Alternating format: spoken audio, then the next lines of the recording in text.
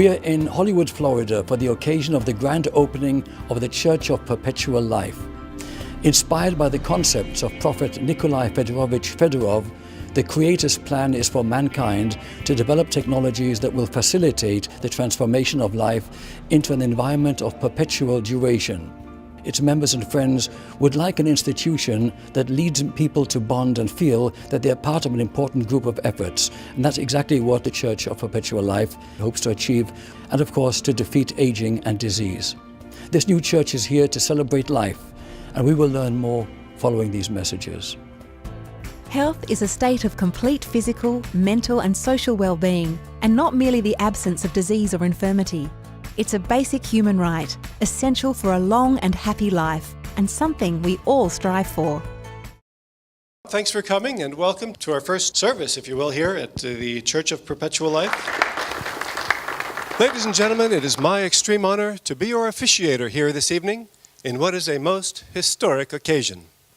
Tonight we celebrate the very first service of our new church, this sacred temple, the Church of Perpetual Life. We shall gather here monthly for services to present the latest scientific findings and observe together cutting-edge technologies in our never-ending quest to defeat death and aging, and to establish a life without end for all of humanity as prescribed by our prophet Nikolai Fedorovich Fedorov. This place is a sanctuary for immortalists to come together and speak freely on all of the many topics of immortality and longevity. I hope you and your families can join us here each month and find this church to be like a battery that charges you full of inspiration, hope, and knowledge. A church is much more than this building. You are the key to our success in making this temple a bastion for immortalist belief, and together we shall create a place of peace, love, harmony, and understanding.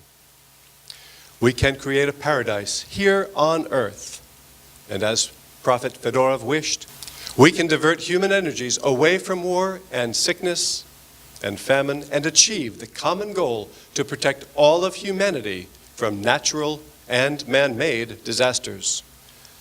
I have faith that we shall succeed in this common task of humanity in our lifetimes.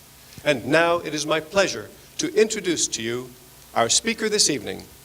He has been featured in hundreds of media appearances, including the Phil Donahue Show, the Joan Rivers Show, Tony Brown's Journal, Larry King, ABC News Day One, and Newsweek magazine.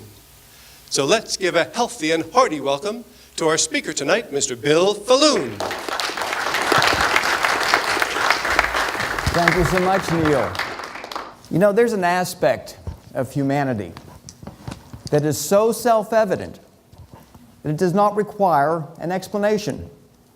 This self-evident aspect of humanity does not need to be justified, and it certainly does not require any kind of societal vindication.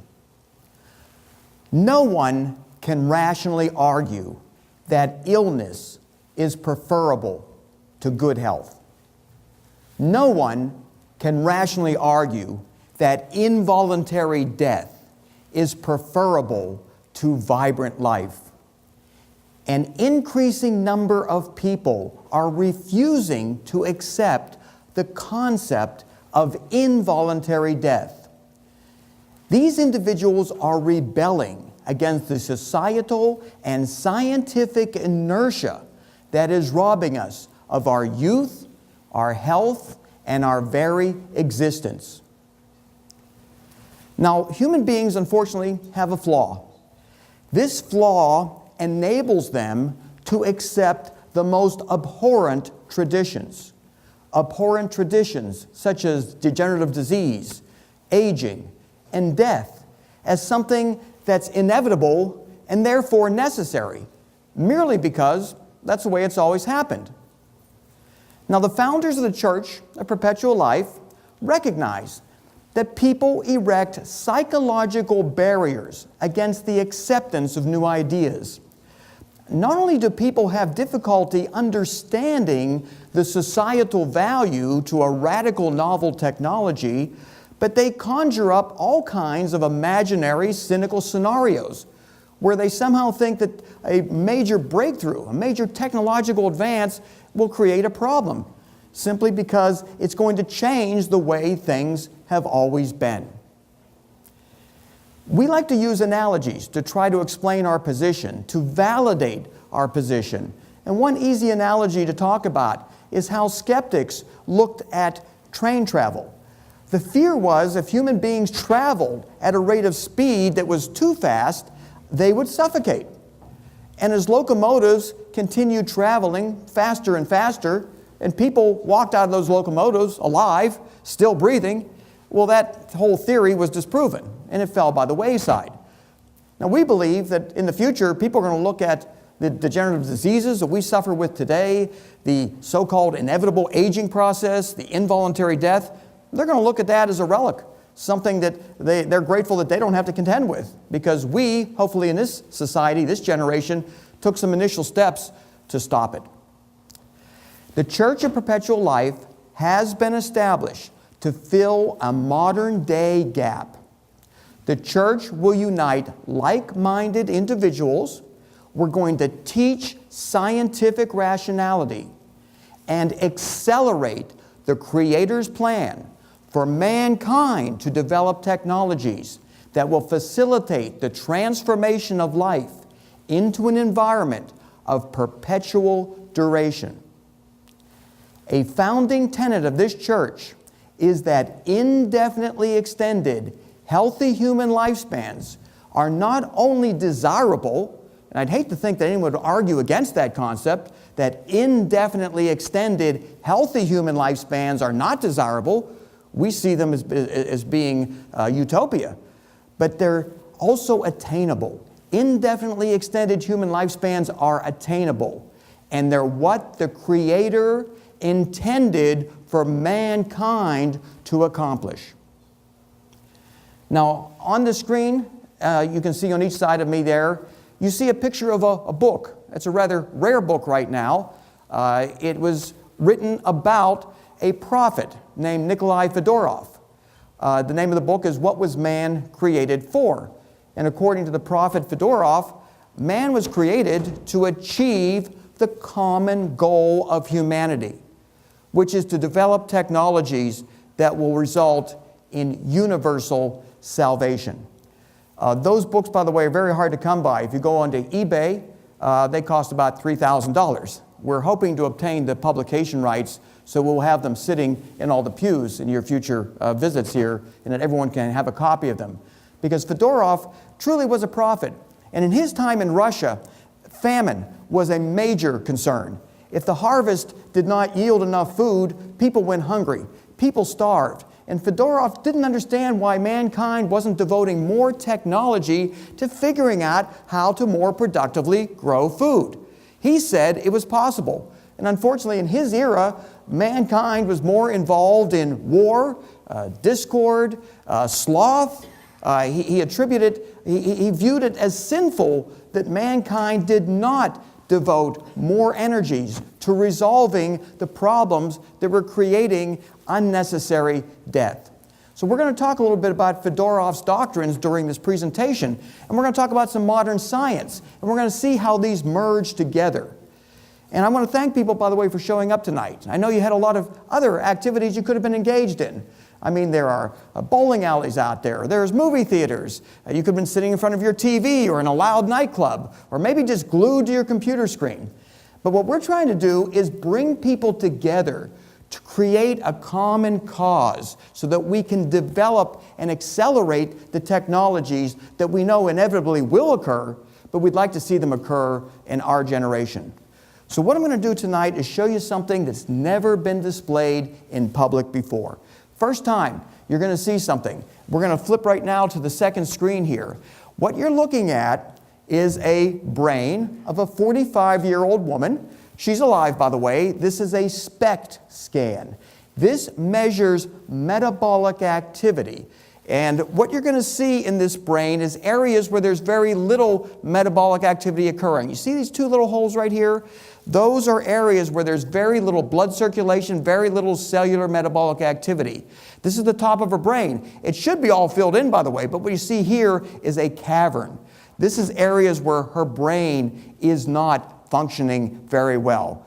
And then we go to the base of her brain. It's even worse. We see these very large gaps in areas that should be filled with blood flow, that should be brewing with metabolic activity. Instead, they're empty. The structure's still there, by the way. There's just no metabolic activity to speak of. And right here at the base of her brain, this gulf here, this huge area should be filled up with healthy metabolic activity. It's empty. Now, this woman had a debilitating chronic fatigue syndrome. She was not able to function either in work or in play or anything else. She went to an innovative doctor, and at the end of this presentation, I'm going to show you what happened after 2 months of an innovative therapy being initiated. We, by the way, are investigating this therapy as a way to potentially reverse the aging process systemically in human beings today. This is something that might be available very soon today for us to reverse large aspects of aging, not just in the brain, but in our vascular systems, our livers, our kidneys, and I'm going to explain that as we go through this presentation. We have to enlighten the public as to how far we have come from a technological standpoint over the last 100 years. Because people just don't remember how short lifespans used to be. In 1900, people lived to be about 47 years of age on average. Now that's a little misleading because the infant mortality rate was quite high back then, so that skewed the numbers downward a bit. But we've looked at a lot of documentation. We've studied a lot of history, and people, for the most part, if they made it into their 30s or 40s, they were very unhealthy. And some of the unhealthy aspects of their life that you might imagine is an ingrown toenail. Doctors didn't always know how to deal with that. So people simply walked around in pain. They did figure out how to do that around the year 1860. But around 1900, they still were trying to figure out what caused appendicitis. Some doctors knew. If you went to the right doctor, he would remove the right organ. If you went to the wrong doctor, he wouldn't be able to effectively treat that disease, and you would die a horrifically painful, agonizing type of a situation in which fever and eventually peritonitis would kill you. But you look at today, we're living much longer. That's only over a period of 100 years. 1900, very low life expectancy. And there's a lot of young people in this group, so I can't say we all wouldn't be here, but a lot of us, on average, wouldn't be alive right now in 1900. And here we are thinking we expect to live a lot longer. And you look at women, they didn't live past the age of 50 for the most part. I mean, they were dying of all kinds of illnesses that today are treatable. And today, of course, most women do live beyond 50. They live beyond 50 in a reasonable state of health. We sometimes forget what killed people in the past. It wasn't the strokes and cancer and heart disease that plagues us today. It was microorganisms, bacteria, viruses that people weren't even sure in 1900 really existed. And yet that's what was killing the public. Diseases that we now have a treatment for. Those aren't killing the bulk of the population anymore. Those aren't concerns in modern society right now, and yet that's what was killing people just 100 years ago. We've since cured that. 1946 is when antibiotics were available on a mass scale, and yet antibiotics, the concept was discovered and published in 1928 by Alexander Fleming. He made a fortuitous discovery that a certain mold would kill bacteria without injuring healthy cells. And Fleming is credited, by the way, for that discovery. It was actually discovered somewhat before him, and it wasn't paid attention to. It was ignored. And can you imagine how many human beings were needlessly dying when an effective therapy already existed to cure them? And you think of the parents of the children who were dying right before their eyes, and yet in a published medical journal was information about a mold that when put into a human being could eradicate the bacteria.